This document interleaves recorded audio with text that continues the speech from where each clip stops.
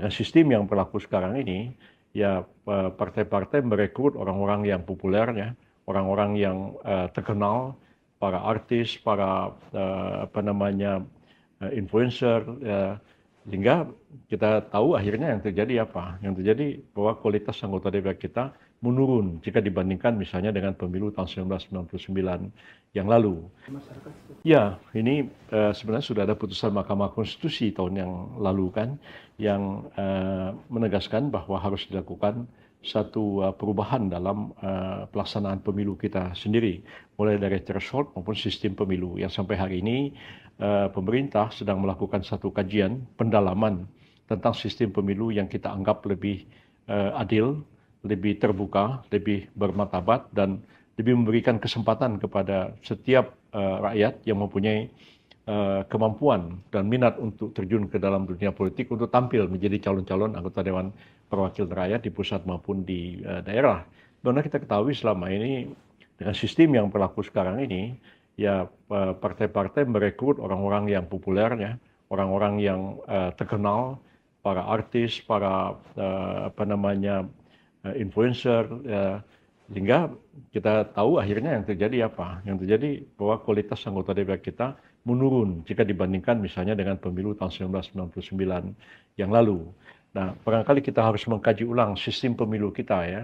Apakah kita mau menerapkan proporsional murni seperti sekarang? Apakah juga akan menerapkan sistem distrik? Nah, apakah juga proporsional terbuka atau proporsional tertutup? Itu memang sedang dikaji secara mendalam oleh pemerintah.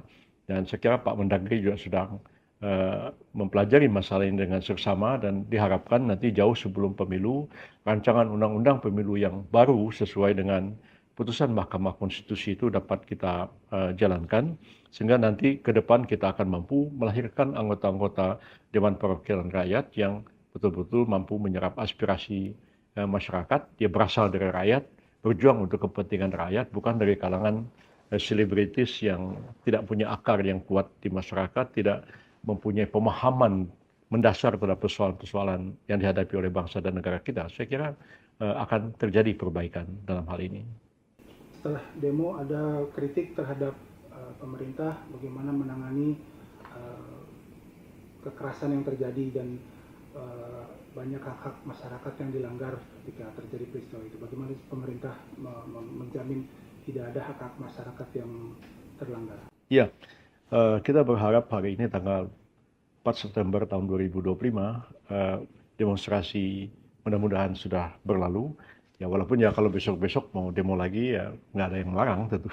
Itu adalah hak dari seluruh rakyat untuk melakukan demonstrasi sepanjang itu sesuai dengan ketentuan-ketentuan hukum yang berlaku dan mematuhi ketertiban sosial di tengah-tengah masyarakat kita. Nah, setelah terjadinya demonstrasi di hampir seluruh wilayah Indonesia dan kemudian sekarang ini proses hukum sedang berlangsung, ya pemerintah memastikan bahwa langkah-langkah penegakan hukum itu sesuai dengan ketentuan-ketentuan hukum yang berlaku dan akan menjunjung tinggi hak asasi manusia. Jadi Kementerian Koordinator Bidang Hukum, HAM, Imigrasi, dan Pemasyarakatan sebenarnya telah mengambil langkah-langkah positif ke arah itu. Seperti kita ketahui, Kementerian HAM itu juga telah melakukan pendekatan-pendekatan, pembicaraan-pembicaraan dengan seluruh instansi penegak hukum, kepolisian, TNI, dan juga melakukan koordinasi dengan Komnas HAM dalam memantau perkembangan yang terjadi di masyarakat agar apa yang dilakukan oleh aparat penegak hukum itu tetap mengedepankan dan menghormati hak-hak asasi manusia. Jangan sampai terjadi pelanggaran HAM dalam upaya penegakan hukum di tengah-tengah masyarakat kita ini. Nah, pemerintah kita sebenarnya memberikan kesempatan juga kepada Komnas HAM seperti diketahui ketika dilakukan penyelidikan terhadap beberapa anggota Korps Brimob setelah insiden di depan gedung di Pejompongan beberapa waktu yang lalu. Komnas HAM kan juga dilibatkan untuk mengamati, memantau proses itu dan memastikan supaya tidak terjadi pelanggaran HAM di sana. Dan seperti kita ketahui juga memang ada beberapa pertanyaan atau tanggapan dari Komisaris Tinggi PBB Urusan HAM di Jenewa yang juga tentu kita tanggapi, kita respon dengan positif, ya. Dan baik Kementerian HAM maupun Kementerian Luar Negeri itu sudah juga memberikan satu tanggapan terhadap hal ini, dan saya kira tiba saatnya nanti kalau sekiranya diperlukan, pemerintah juga akan memberikan satu penjelasan kepada Komisaris Tinggi PBB urusan HAM ini, supaya persoalan ini menjadi jelas bagi kita semua, dan pemerintah telah melakukan satu upaya-upaya penegakan hukum yang sesuai dengan norma hukum yang berlaku, dan tidak terjadi pelanggaran HAM seperti yang mungkin diperkirakan akan terjadi. Tapi sementara ini kita berkeyakinan bahwa tidak terjadi kasus-kasus pelanggaran HAM, kecuali mungkin ada pelanggaran hukum terjadi, iya.